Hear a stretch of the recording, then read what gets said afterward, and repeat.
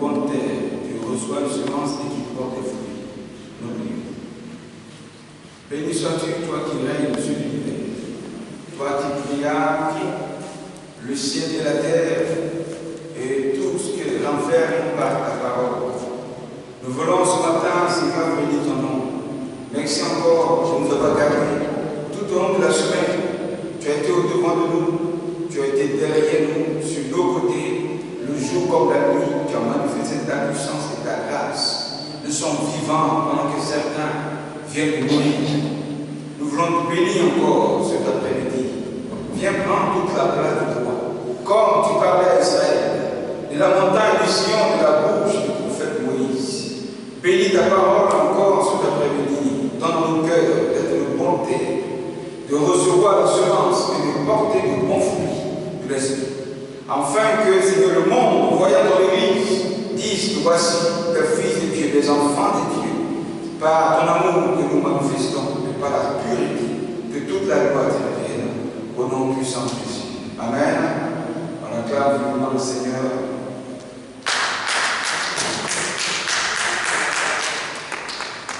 Acclame Jésus de Nazareth, le ressuscité de notre corps, le vivant qui n'a pas besoin de la gloire des hommes, qui n'a pas besoin de l'homme, c'est l'homme qui a besoin de lui seul, la gloire, l'honneur, la puissance qui soit donnée au nom de Jésus. Amen. Gloire à Dieu.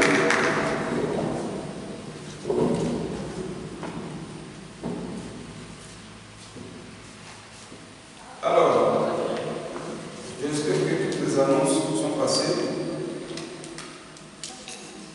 Hein? Ok, aujourd'hui c'est le 25, c'est ça? Dans 5 jours, le mois fini. Voilà, on va penser à la salle, à travers ta dîme. Voilà. Que le Seigneur continue à nous bénir et que tous les retardataires de la foi qui tiennent encore puissent reprendre à la paix du Seigneur. Amen.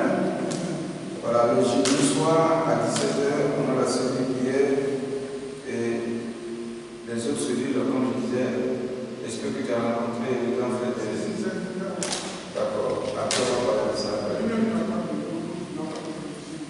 Ok. Gloire à Dieu. Voilà, et puis quoi encore?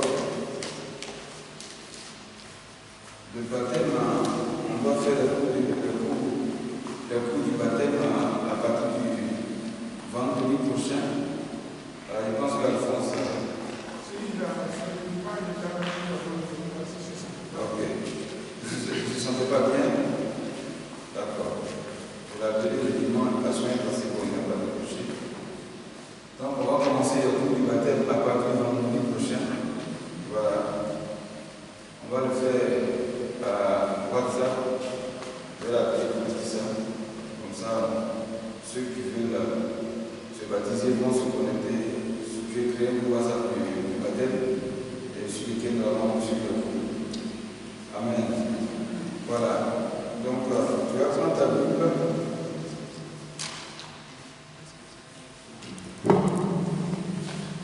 Nous allons finir aujourd'hui notre enseignement sur la sanctification des 3 niveaux du corps. On a parlé de la tête, en effet de l'âme, de l'esprit et du corps. Il y a les portes de la tête, les portes de l'âme et de l'esprit, qui sont notre tête. À partir de cette porte qu'on appelle la fontanelle, des oreilles qui sont une porte, le nez une porte, la bouche une porte, nos yeux aussi une porte par laquelle le diable passe pour posséder notre âme et notre esprit. Donc de tes oreilles, tu dois entendre ce qui est mauvais. Voilà, il faut éviter ce qui est mauvais si tu n'as pas l'esprit fort pour supporter. De tes yeux, si tu n'as pas l'esprit fort pour supporter ce que l'on doit voir, il faut éviter de regarder. Ce n'est pas tout on regarde. Sinon, la nuit, tu ne vas pas dormir. Ton esprit sera troublé. Voilà. De ta tête, ne laisse pas tout le monde, n'importe quel homme de Dieu t'imposer les mains. Parmi ces hommes de Dieu, il y en a de vrais et de faux.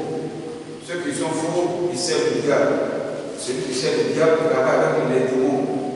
Un homme pour le Saint-Esprit, il travaille avec les démons. Donc, si tu veux être le diable, c'est qui te posséder. Et s'il prie pour toi, c'est pas une délivrance qu'il fait pour toi. Il est en train de te posséder. Amen. Voilà. De ta bouche, c'est une porte.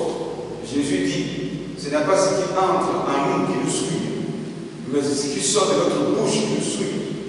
Donc ce que tu dis là peut te bénir, comme ça peut te condamner, ça peut te détruire. Il faut savoir parler. La bouche est une porte. Voilà. Il y a aussi, on a parlé du corps. Donc nous sommes sur le corps. Aujourd'hui, nous allons finir ça, afin que le Seigneur nous bénisse. Donc tu vas prendre la Bible.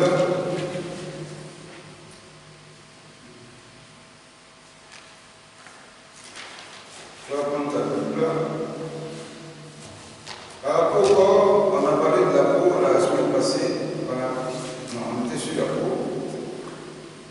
On devait parler de la peau, n'est-ce pas? On a parlé de l'amour. Amen. Donc les portes du corps, voilà, il y a les mains, il y a la peau, il y a les pieds, et ainsi de suite. Donc nous parlons aujourd'hui de la peau. La peau est une porte. La peau que tu vois, c'est une porte par laquelle les démons, le diable peut passer pour détruire ta vie, pour posséder ta vie. Donc la peau, c'est la troisième porte. La troisième porte de notre corps, qui est pour nous, ou bien qui sera aussi contre nous. Disons Hébreux chapitre 12, chapitre 10, verset 22. Hébreux 10, verset 22.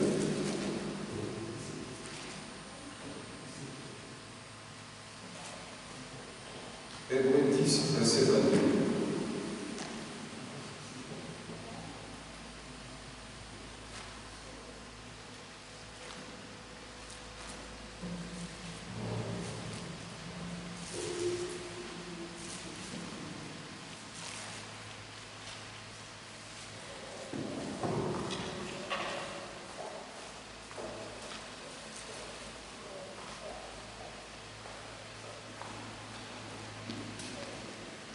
Hébreux 10, verset 22. Ouais. Je lis la parole du Seigneur. Ouais. Approchons-nous avec un cœur sincère. Ouais. Dans la plénitude de la foi. Ouais. Les cœurs purifiés d'une mauvaise conscience et le corps lavé d'une eau pure. Amen. Amen.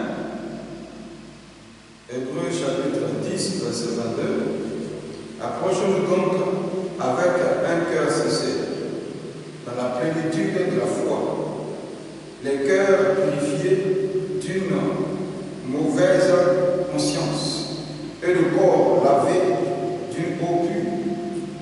Amen. Le corps lavé d'une eau pure. Avoir une eau lavée, comme je disais, on appelle du parfum. Voilà. Le parfum, c'est une eau. Une eau qui nous sert de parfumer notre corps, donc d'avoir une bonne odeur. Une bonne odeur qui va nous donner la joie. Et le parfum, comme je disais, il y a toujours un esprit dans le parfum. Le parfum porte un esprit. Le nom du parfum est un esprit. Le nom du parfum est un esprit et l'esprit nous influence comme le nom du parfum. Chaque parfum influence tous ceux qui sont autour de toi. Si le parfum est un mauvais parfum, parce que l'esprit qui est derrière le parfum est très mauvais, l'esprit peut toi-même t'influencer et influencer tous ceux qui sont autour. Comme il dit dans le parfum, il y a des parfums de séduction. Voilà. Il y a des parfums de séduction. Et les hommes qui sont possédés de l'esprit des autres, Les femmes qui sont possédées de l'esprit des eaux, qui ont un esprit de séduction, portent sur eux des parfums de séduction. Quand ils passent, tout le monde est attiré. Tu cherches à savoir qui a le parfum. Mais s'il vient à côté de toi, tout de suite tu es attiré. Et l'odeur attire. Comme aussi une mauvaise odeur que tu n'as pas mis sur toi toi-même, mais les sorciers ont jeté sur toi. Une mauvaise odeur peut chasser les gens. Amen. Donc un mauvais parfum spirituel qui sent mauvais peut toi-même te rejeter parmi les fous, parmi les gens. En effet, tu seras disqualifié face à certaines grâces que Dieu pourra te faire.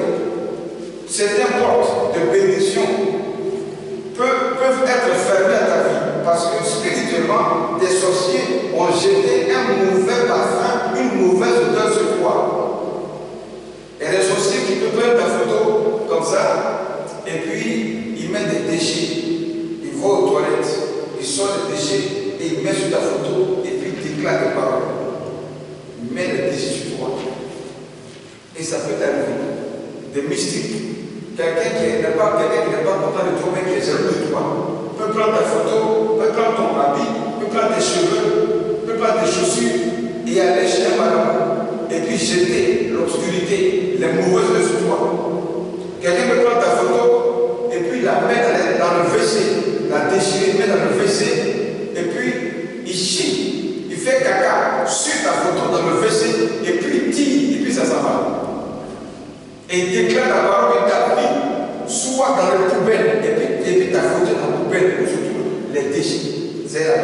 Et spirituellement, tu vas le voir s'accomplir sur ta vie. Pour rien comme ça, déjà, on te détester.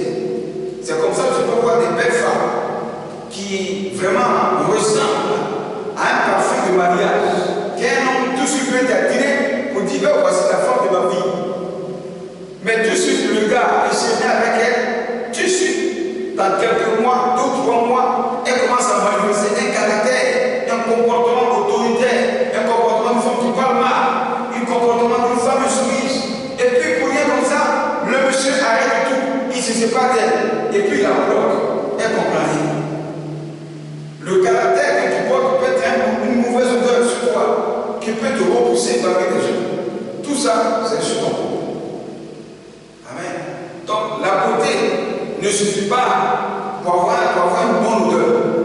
Oui, les beaux vêtements qui coûtent cher ne suffisent pas pour que tu aies une bonne odeur spirituellement.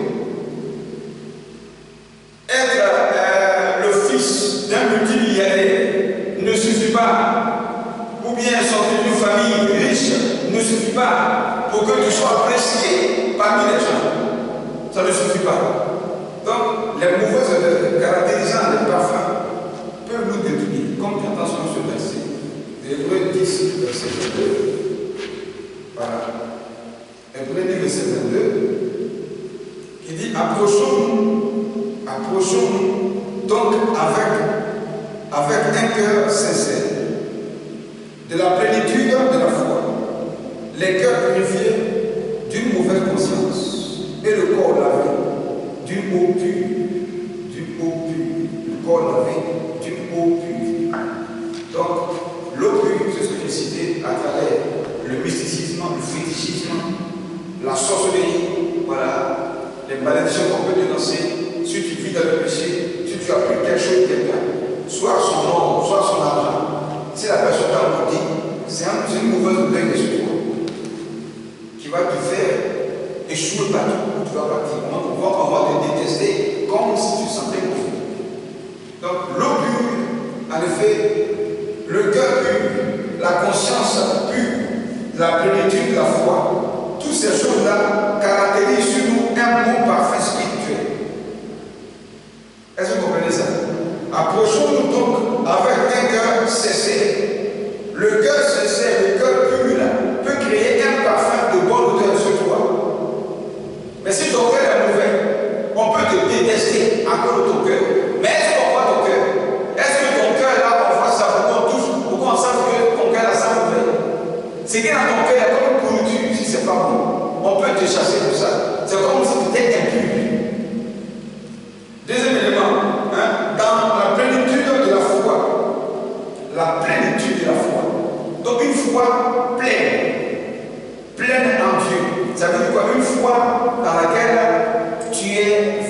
tu es sincère avec Dieu. Quand on te voit, on a envie d'être avec toi, on a envie d'être attaché à toi. Parce que tu es bon, parce que tu es sincère, parce que tu es véridique. Avoir foi, c'est la confiance. Est-ce qu'on peut te faire confiance? La confiance, c'est se rapprocher de toi. C'est ça la confiance. Et si on ne peut pas se rapprocher de toi, on ne peut pas croire en toi, on ne peut pas avoir confiance en toi. C'est que tu n'es pas bon, tu sens mauvais. Spirituellement, ta foi, elle sent mauvais. Amen. Un chrétien qui n'a pas une foi pleine avec Dieu, donc une foi, si tu veux, complexe, parce que l'hypocrisie dont Jésus a parlé des pharisiens n'est pas la plénitude de la foi. Ça veut dire quoi? Jésus dit, ils adorent Dieu du bout de leurs lèvres, mais dans le fond de leur cœur, ils n'aiment pas Dieu. Ça, c'est pas la plénitude de la foi. La plénitude de la foi, c'est la foi pleine de l'amour de Dieu et dans les actes. Pour ça que vraiment, il a la foi pleine en Dieu. Même si on le prouve, même si on est en train de tuer, même si on veut le détruire, même si on veut abîmer sa vie, mais il ne faille point, il ne détache point, il ne se relâche point, mais il est toujours avec le Seigneur. Ça, c'est une foi pleine. La plénitude de la foi, c'est ce que Job a manifesté lorsqu'il a tout perdu et que sa femme dit maudit Dieu meurt. Job a dit non, il ne quittera pas le Seigneur. Dans le malheur, dans le bien, il était avec lui, dans le malheur, il sera avec le Seigneur. Ça, c'est la plénitude de la foi. Amen. Donc, quand la foi est pleine, tu sens bon spirituellement. Troisièmement encore, purifier d'une mauvaise conscience et le corps lavé d'une eau pure. Ces trois choses-là fait de nous des personnes bonnes, avec un bon parfum spirituel. Voyons encore ce verset du Galates chapitre 6, verset 17. Galates 6, verset 17.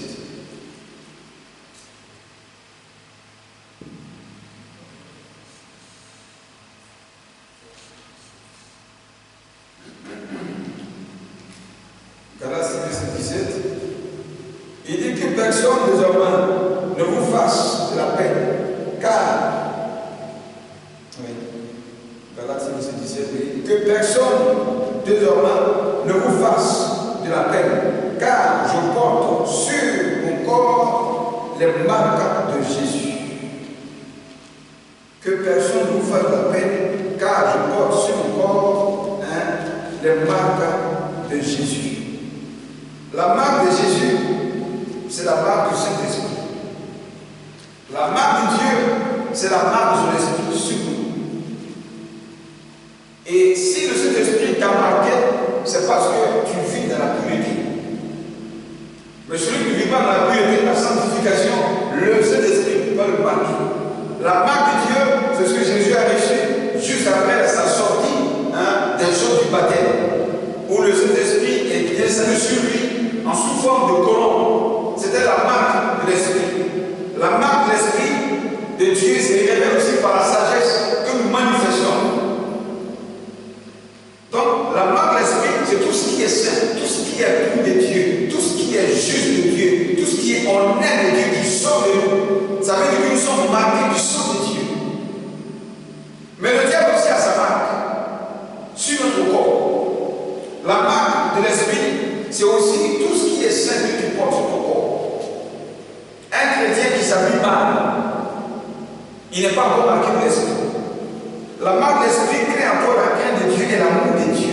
Donc tu es toujours en quête des choses parfaites et saintes de Dieu. La marque de l'Esprit nous permet aussi d'avoir un esprit révélateur, de concevoir les pensées de Dieu en nous. C'est ça la marque de l'Esprit.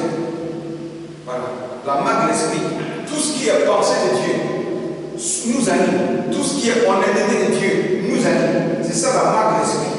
Mais quand tu n'es pas marqué par l'Esprit, parce que tu vis dans le péché, comme je disais, tu es marqué par le diable. Et sa marque là, ce sont les démons qui te marquent. Ça veut dire que tu es possédé. La possession du monnaie est une marque satanique. Et la marque satanique qu'on connaît, c'est le chiffre de la bête. 666. Ça, c'est ce qui est révélé à vue d'œil, comme les Écritures le disent. Mais il y a la marque des démons, la marque du diable à l'invisible. Un chrétien qui s'habille mal, il n'est pas marqué par l'Esprit de Dieu. Amen. Porter des habits sexy, où tout ton corps est dessiné comme un dessin. Ça marque celui qui le regarde. Comme je disais, les yeux sont une porte. Quand il regarde ça, son esprit est marqué tout de suite. Toi-même qui le portes, il y en a qui le portent consciemment, parce qu'ils sont marqués par l'esprit, ils ont un but pour lequel ils portent des habits sexy. Ils ont un but, et puis ils sont dedans. Donc quand ils sont dedans, ils savent que les gens vont les regarder. Ils savent qu'on frapper dans l'œil des gens. Ils savent qu'on marquer des gens. Ils ont ça dans leur conscience. Donc toi qui regardes ça, tu es marqué. Pourquoi? Parce que lui-même, la personne elle-même qui porte ça, elle est déjà marquée sur son corps. Donc le chiffre d'appel qui est 666, comme il disait, le diable dit toujours sa référence de Dieu, au tort de la parole de Dieu, afin de faire ce qui est gauche, ce qui est injuste.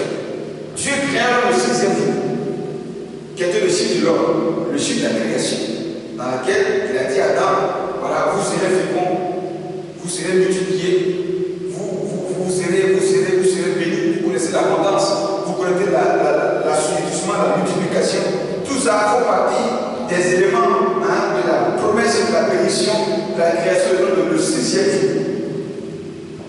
Maintenant, le diable vient, et à ce 6e jour-là, le serpent arrive. C'est là qu'il va séduire Ève, et elle, à son tour, va finir par séduire son mari. Et puis les deux tombent dans le péché, par la bête, la marque de la bête, 666 qui était le serpent. Amen. Donc, le chiffre de la ruse, le serpent. Donc, 6, 3 fois, en effet, de rendre l'homme bête 3 fois, de rendre l'homme irréfléchi 3 fois, de rendre l'homme désordonné 3 fois, de rendre l'homme mis en colère contre Dieu 3 fois, de rendre l'homme sauvage 3 fois, d'empirer la situation de l'homme 3 fois. C'est ça, 666. Au lieu de créer l'homme le 6e jour, le diable va venir pour, à la place de créer, va détruire l'homme 3 fois le 6e jour par 666. Amen. Donc ça c'est la marque du diable. Et ça se fait sur le corps des hommes. Nous avons lu Apocalypse 13, verset 15 à 18. Apocalypse 13, 15 à 18.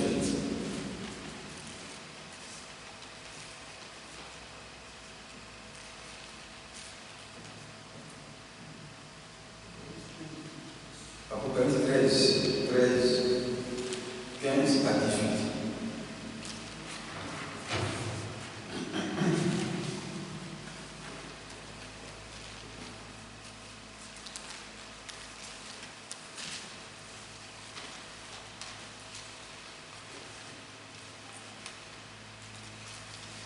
Apocalypse 13, 15 à 18.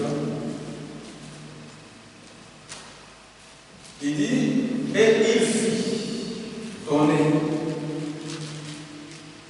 D'abord, commençons par le verset 1, par le verset 15. Verset 1, verset 1, et on va terminer par le verset 15 à 18. Il dit, puis je vis monter de la mer une bête qui avait 10 cornes et 10 têtes. En effet, symbole des rois et des leaders, des chefs, à partir d'un père de famille. Un chef d'entreprise, un chef en tant que chef d'État, un chef en tant que diplomate, tous ceux qui sont leaders, même un pasteur, voilà, ils peuvent être marqués par la bête. Il dit, puis je vis monter de la mer une bête qui avait 10 cornes et 7 têtes. Sur ses cornes, 10 diadèmes et sur ses têtes des noms de blasphème. Pourquoi le chiffre 10? Je vous ai enseigné ici la signification du chiffre 10 et le chiffre de la liberté, le chiffre de la délivrance. C'est pourquoi Dieu frappa l'Égypte avec les 10 plaies. Amen. Pour libérer Israël à la main du Pharaon. Satan se prend ainsi les 10 corps, 10 rois, 10 autorités.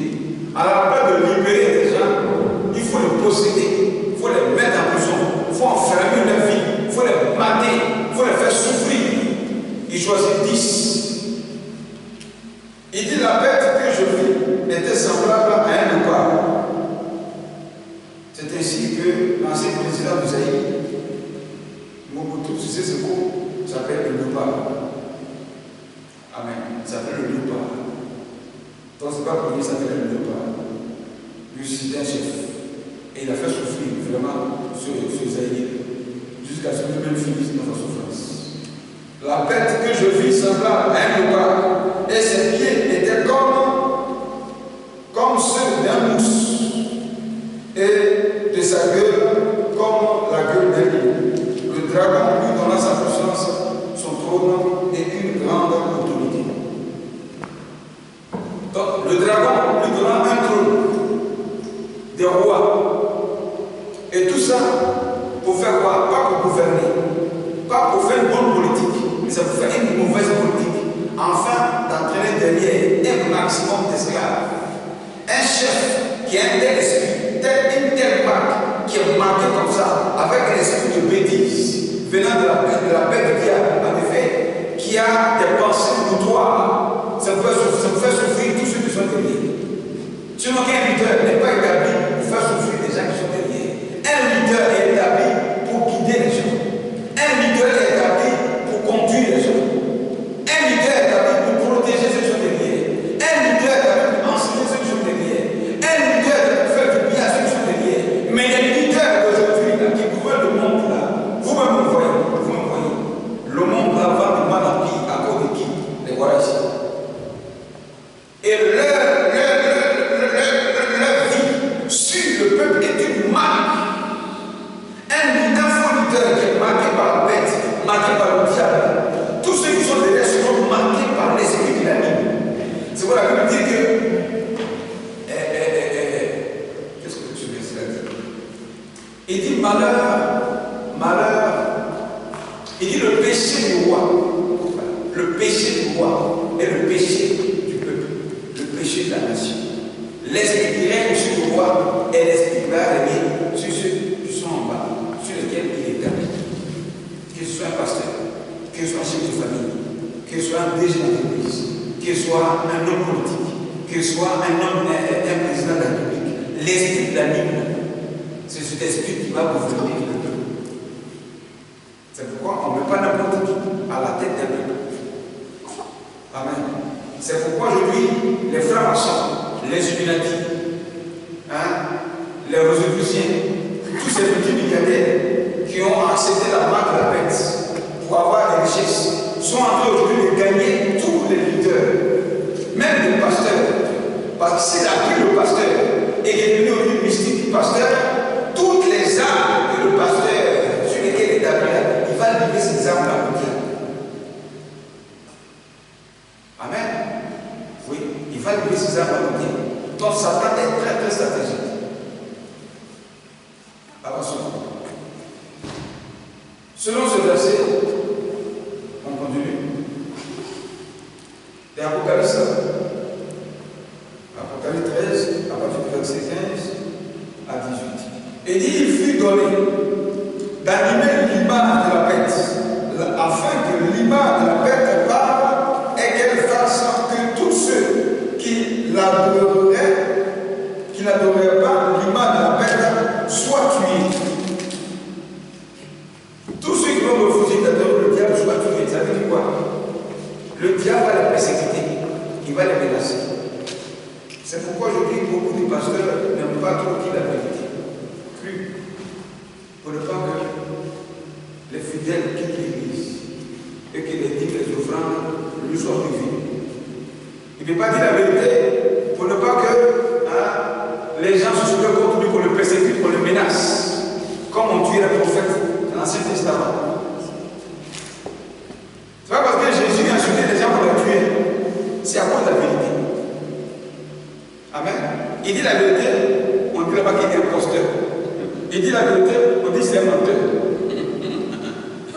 Il demande les œuvres, on dit c'est un criminel. Il n'est pas bon, il vient pour diviser les gens. Donc aujourd'hui, les gens ne peuvent pas dire la vérité, de peur qu'on nous dise ouais, on les gâte. Donc ça va tout faire pour mettre le mensonge dans ta bouche. Des chrétiens qui sont plus des païens et qui ont du mal à affirmer leur chrétienté peur, quand on est chrétien, on va se séparer de lui. Et si tu refuses de dire la vérité, tu seras marqué par la bête. Amen. La bête est égale à dire une bêtise. Le mensonge est une bêtise. Le mensonge est une bêtise. Bête veut dire tout ce qui est bouche.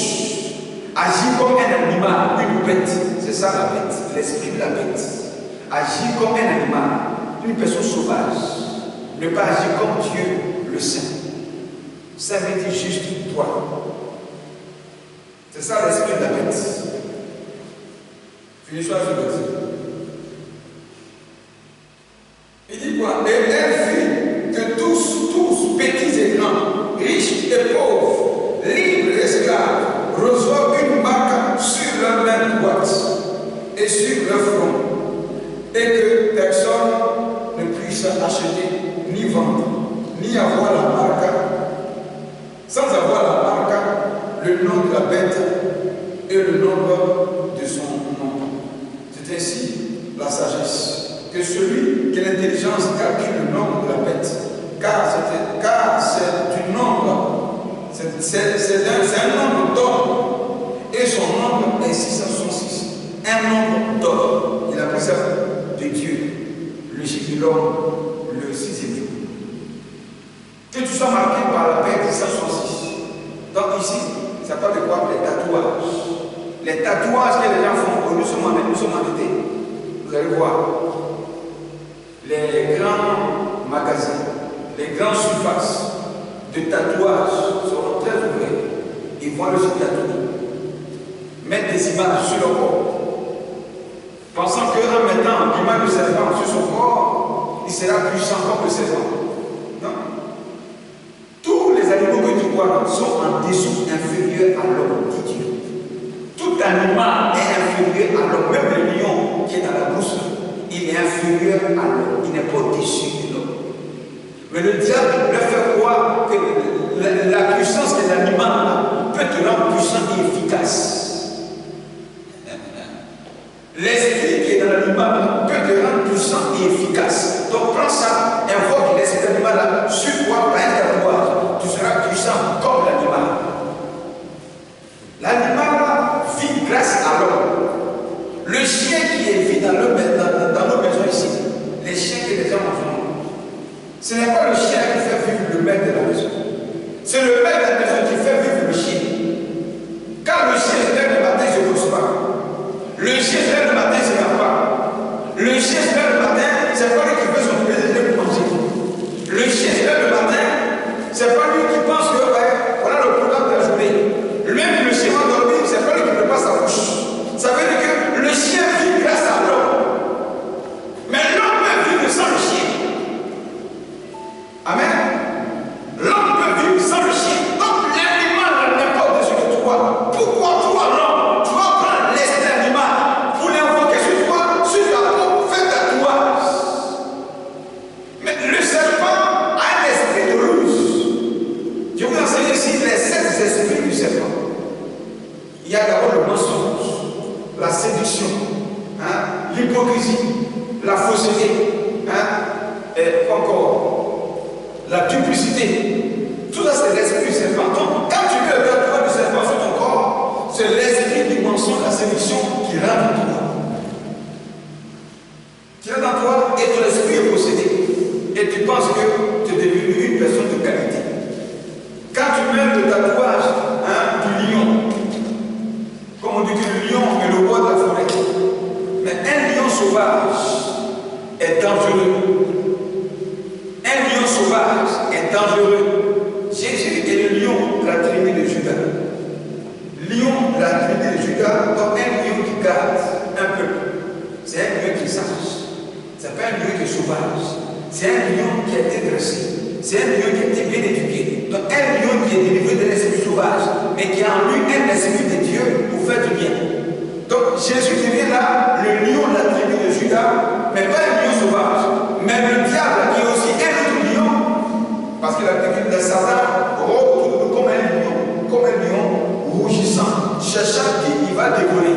Mais un lion rougissant, c'est un lion sauvage. Il est différent du lion de la tribu de Juda qui garde l'homme. C'est pourquoi vous voyez toujours sur les réseaux sociaux, il y a des blancs et des lions. Il embrasse le lion l'embrasse, comme le chien vient embrasser son maître. Ça veut dire que ce lion n'est plus sauvage. Il a été dressé. Amen. Il a été dressé. Donc, tout animal qui est dressé finit par devenir, puis par posséder l'esprit humain. Donc, il n'est plus sauvage. Mais quand le lion, il n'a pas l'esprit de Dieu, il n'a pas vécu l'homme, il ne peut pas avoir l'esprit de l'homme pour savoir que l'homme là est mon maître. Je ne dois pas lui faire du mal. Amen. Donc, ici, la bête qui est marquée sur l'homme, c'est de rendre l'homme sauvage, enlever en l'homme l'esprit de Dieu, afin de mettre en lui un esprit sauvage et qui se comporte comme un animal, sur l'animal qui veut porter sur son corps. Donc les tatouages ne sont pas bons pour notre peau. Sur les tatouages, il y a des produits qu'on met dans le corps. Ces produits-là finissent par tuer certains. C'est passé où? Sur ta peau. Sur ta peau. Sur ta peau. Il y en a qui voulaient avoir de grosses fesses. Elles se sont fait des piqûres, des produits de massage. C'est passé où? À la fin, c'est passé sur ton corps pour détruire ton corps. Détruire ton corps, détruire ta vie. Et on a vu. Derrière, on touche son derrière comme ça du puissant. Qu'est-ce qui a fait ça? Elle a voulu gonfler son corps, gonfler sa chair. Le corps, c'est le plaisir. Tout ce qui est plaisir, qui sont contraires à l'esprit de Dieu, que tu vas vouloir attirer sur ton corps, vont finir par détruire ton corps. Et une fois que ton corps est atteint, ton esprit commence à faire quoi? À réclamer la mort. Quand le corps est pourri, quand le corps est attaqué, quand le corps est malade, quand le corps est affaibli, quand tu veux mourir, l'esprit ne reste pas dans le corps. L'âme et l'esprit la sortent. Et le corps qui est mort reste. Amen. L'âme et l'esprit ne meurent pas. Amen. L'âme et l'esprit ne meurent pas. C'est pourquoi quand un sorcier veut mourir, il laisse toujours l'héritage à quelqu'un. Son corps meurt, mais l'esprit il laisse avec lui ça. C'est ça l'héritage. Donc ton corps est précieux. Ne laisse pas n'importe quoi sur ton corps. Les vêtements qu'on porte, qui sont tatoués par des décès d'animaux, même si tu n'as pas mis le tatouage sur ta peau, mais c'est sur le vêtement que tu mets sur ton corps. C'est comme si tu mettais un tatouage sur ton corps. C'est pas bon, c'est pas intéressant. Comme je disais, sur ton corps, tu portes des habits qui sont déchirés. Des habits déchirés, comme les jeans, on trace comme ça. Le jean qu'on fabrique là, c'est pas tracé, c'est bien propre. Mais prennent une machine, ils grattent. Ils grattent, et puis on met en vente, ils pensent qu'on va essayer la vente. Mais si on a gratté le jean qui était neuf, ça veut dire qu'on a enlevé la valeur. On a enlevé la valeur. Ce qui est bon, ce qui est glorieux sur le vêtement, on a mis des traces dessus, que toi tu prends, tu portes, et tu penses que tu es savé, tu penses que tu es glorifié, tu penses que tu seras honoré avec ça. Non, tu seras honoré, tu as porté un vêtement sauvage, un vêtement qu'on ne peut pas apprécier, un vêtement qui ne peut pas être, qui peut te permettre de reçu, combien que tu mets sur ton corps. Donc automatiquement, tu seras rejeté parce que tu n'es pas présentable. Le corps de l'homme, c'est la gloire de Dieu. Il dit que notre corps est le temple de l'esprit, donc le temple de la gloire de Dieu. Donc tout ce qui est glorieux doit habiter ton corps. C'est pourquoi quand quelqu'un s'est converti, il sort du monde là. Tout ce qui est dans le monde là, il doit laisser ça là-bas. Concernant les vêtements, tout ce qui est dans le monde là, tu dois laisser ça là-bas. Moi je te dis, je ne m'habille pas comme ça. Quand je voyais des gens habillés comme ça, dans mon état de rappeur, je me disais, mais est-ce que l'esprit, il s'est enchaîné avec le corps de cou? Amen. Ce jour-là, dans ma conversion, mais j'ai tout ramassé. C'est pas quelqu'un qui m'a dit, prends, tu vas les jeter. Moi, j'ai tout ramassé. Pour aller jeter. Amen. Pour aller jeter ça. Ça fait partie des choses, des vêtements du monde qui doivent sortir du vieux corps. Donc le vieux corps, tu dois le laisser et prendre un nouveau corps. Moi, je ne suis pas de la nouvelle naissance.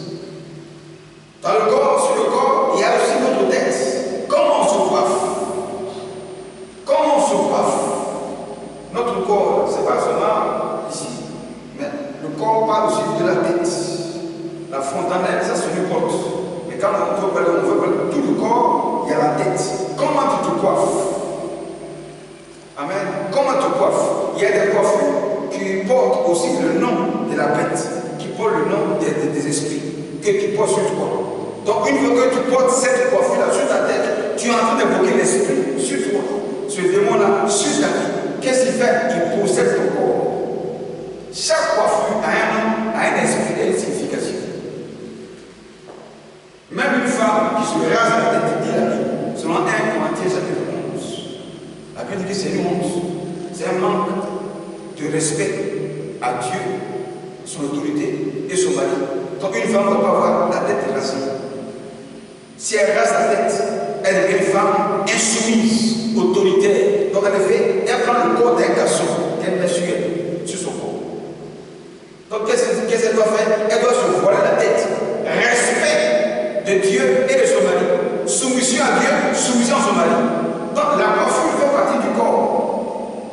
Donc si tu veux avoir un corps glorieux, un corps bien présenté, prends soin de ton corps. Ne laisse pas ton corps être ouvert aux esprits. Amen. Lisons 1 Corinthiens 15, verset 40. 1 Corinthiens 15, verset 40.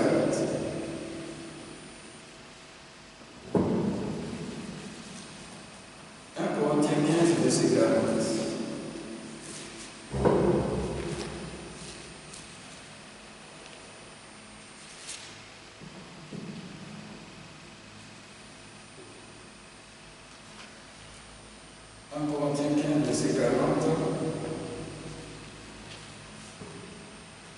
Il dit, il y a aussi des corps célestes et des corps terrestres.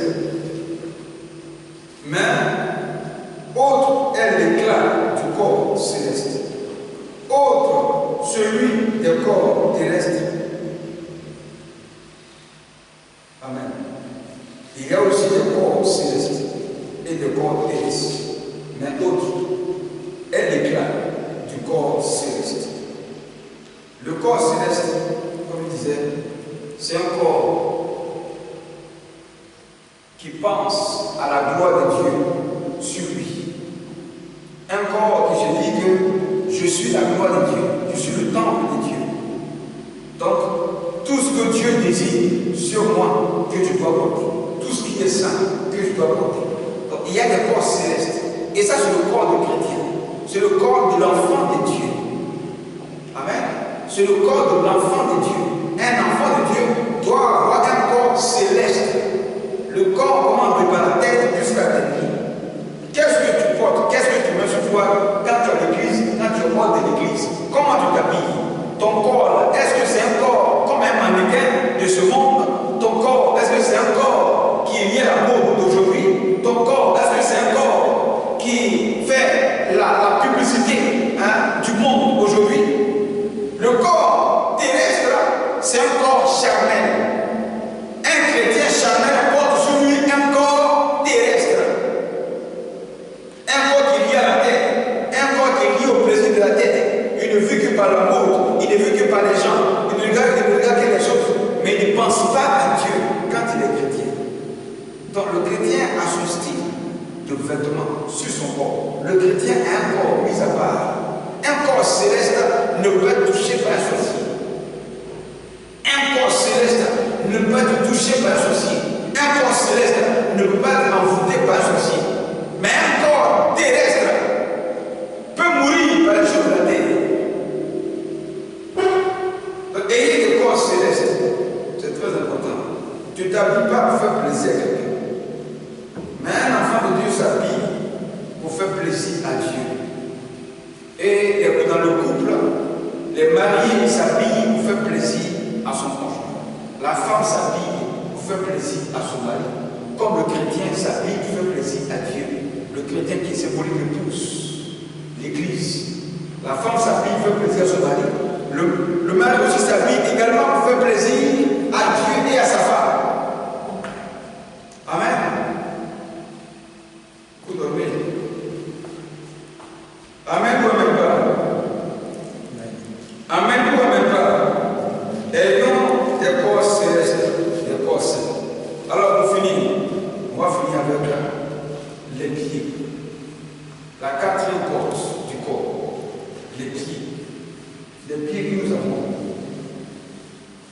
sont une porte. Tes pieds sont une porte. À partir de tes pieds, Dieu peut te bénir. À partir de tes pieds, le diable peut enchaîner ta vie. À partir de tes pieds. Les pieds nous permettent de marcher et d'avancer. Comme les pieds nous permettent de nous arrêter. Les pieds nous permettent de soutenir tout le corps. Les pieds nous permettent d'être fermes. Voici le rôle des pieds. Les pieds sont des portes. Lisons Éphésiens 6, verset 15.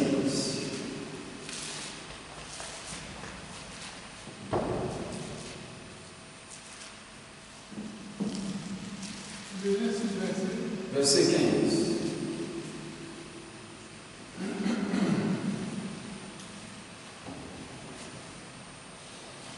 Éphésiens 6, verset 15.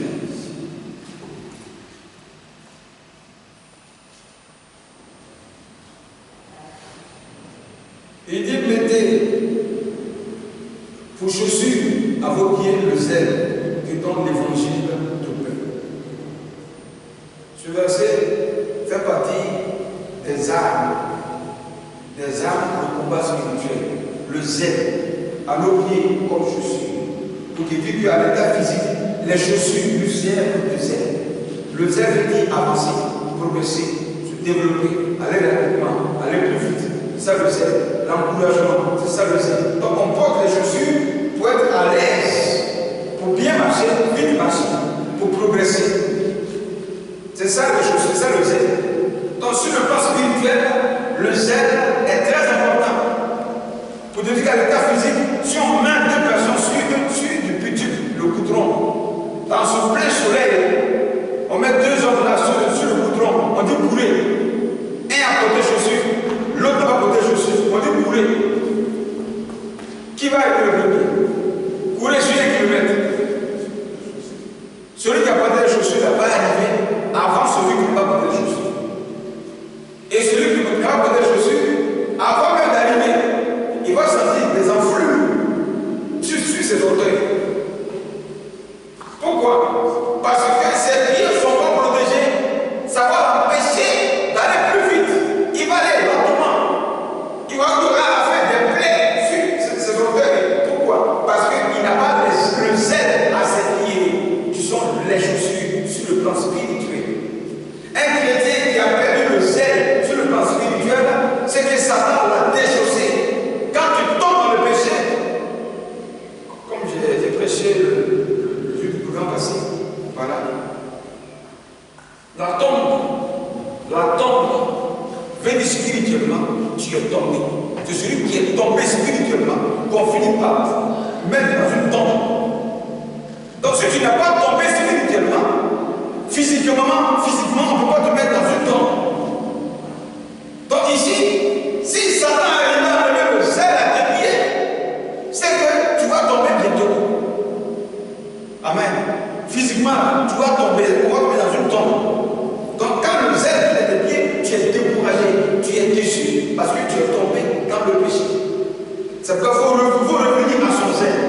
Il faut reporter le zèle spirituel, les chaussures spirituelles. Donc par les chaussures, on peut détruire ta vie. Amen. Les chaussures que nous portons, il y a des pointures. Il y a des pointures. Donc le niveau de ta vie, la vitesse de ta vie, l'élévation de ta vie, la progression de ta vie, se trouve dans la pointure. Chaque pied a sa pointure.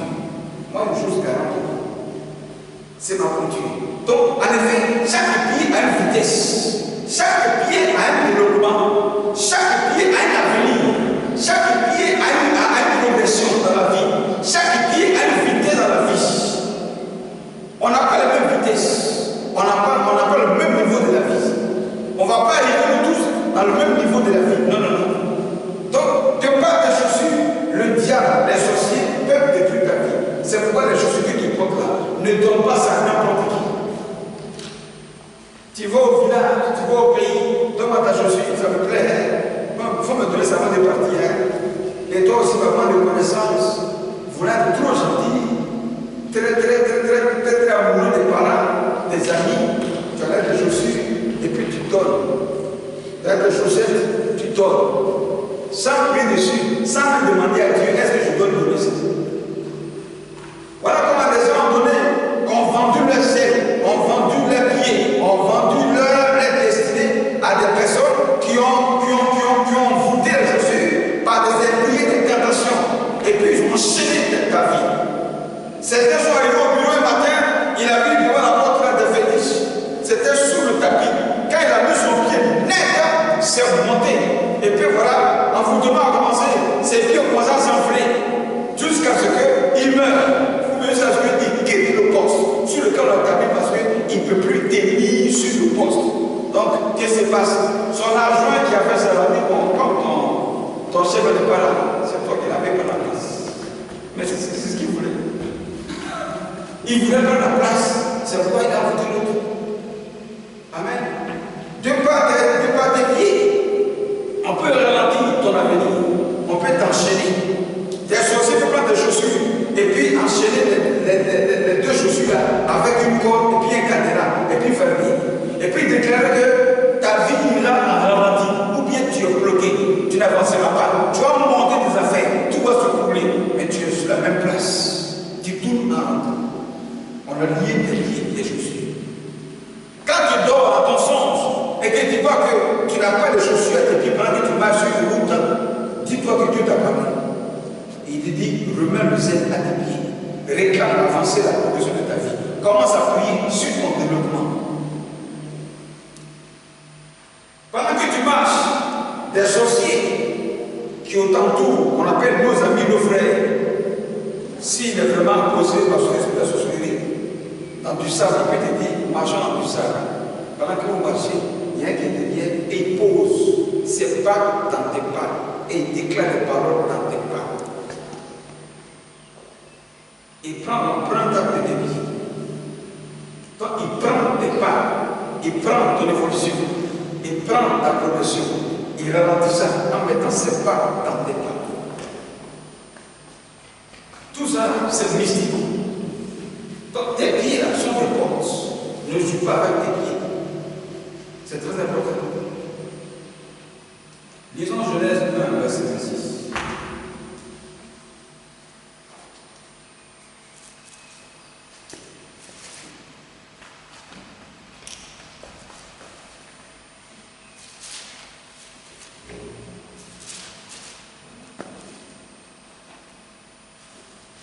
Genèse 1, verset 26.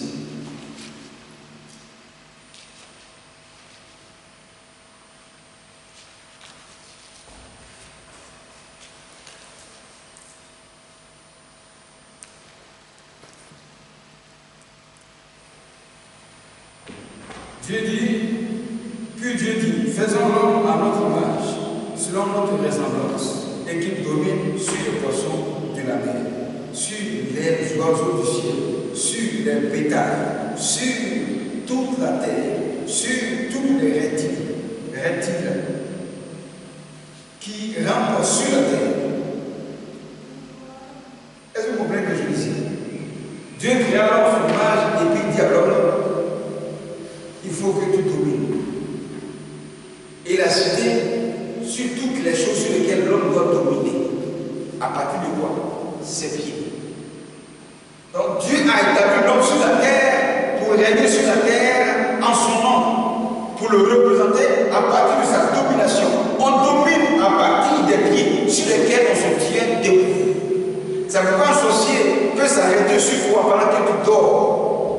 S'arrêter au-dessus de ta tête et puis déclarer la domination sur toi.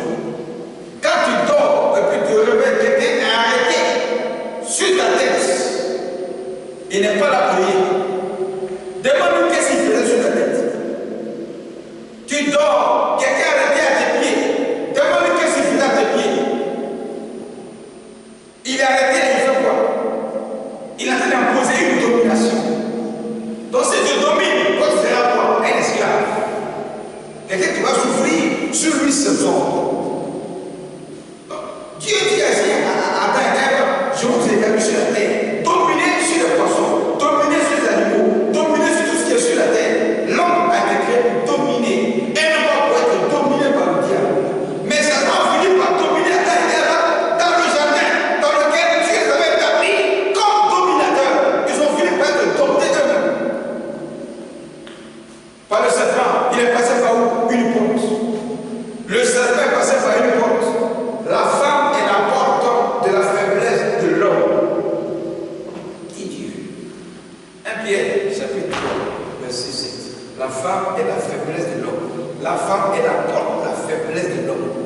C'est quand tous les grands que le diable veut tuer, il passe par les femmes.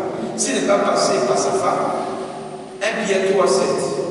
S'il n'est pas passé par la propre femme de cet homme grand qu'on veut tuer, il passe par une tisane, une prostituée que cet homme-là aime très fort. On la paye très cher et puis elle finit à lui. Oui, oui, elle finit à lui pendant que tous les gars sont au salon, elle est avec lui, on dit c'est sa tisane, c'est sa femme. Ils sont ensemble. Alors qu'elle est payée pour une mission tranquille. Et puis si c'est poison, elle met dedans. Et puis il est mort. Si c'est tout, elle va sur lui pendant qu'ils sont au lit, il peut le piquer. Et puis elle finit sa mission tranquille. Et puis elle sort ça. Voilà. Il est passé. Ce tombe est mort par rapport à quoi? Il est mort par rapport à sa faiblesse. La faiblesse, c'est ce que tu aimes. Ce que ton corps réclame, qui est une faiblesse, le diable peut se de ça pour te détruire. Donc ici, Dieu créa l'homme ici et il l'établit dans le jardin. Donc Dieu a créé l'homme pour être établi sur la terre. Satan est sous le pied, dit la parole. Il est sous nos pieds. Sous nos pieds. Mais il n'est pas au-dessus de nos pieds. Mais un chrétien, un homme sur la terre, qui vit dans un corps terrestre, sera dominé par la terre et par le celui, l'esprit qui règne sur la terre, qui est le diable.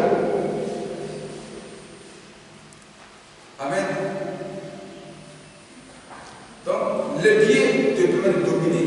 Quand tu arrives sur un territoire, sur un pays, pose tes pieds, déclare la parole. Domine tous les esprits qui sont sur le territoire. Tu arrives au village, tu arrives au pays, tu es dans ta famille. Pose tes pieds, déclare les paroles. Tu possèdes le territoire, tous les esprits qui sont sur le territoire, tu les mets sous tes pieds, sous ton règne. Je marche sur vous. Parce que c'est la déclaration qu'il faut faire. Tu arrives la première fois dans un travail, pose tes pieds, déclare les paroles que tu domines le territoire de l'entreprise. Tout esprit dominateur est sous tes pieds. Par tes pieds, tu peux commander, tu peux autoriser, tu peux dominer, tu peux écraser. Les pieds nous servent de combat. C'est pourquoi quand l'armée commence par la guerre et commence à partir des kalash et des bombes nucléaires et commence par les pieds, quoi, défier militaire, et puis on tape les pieds. Et puis quand on marche avec assurance, c'est comme ça les Israéliens gagné la guerre. Amen. Les pieds, on peut te décourager. On peut te décourager. Le découragement veut dire enlever tes chaussures, enlever le zèle à tes pieds. Tu n'as plus de courage. Quand tu te décourages, qu'est-ce qui se passe? Est-ce que tu marches? Quand tu te décourages, tu t'assois. Mais tu te couches, mais tu dors. Et c'est comme ça qu'on t'a cassé les pieds. Disons, Proverbe 19, 15.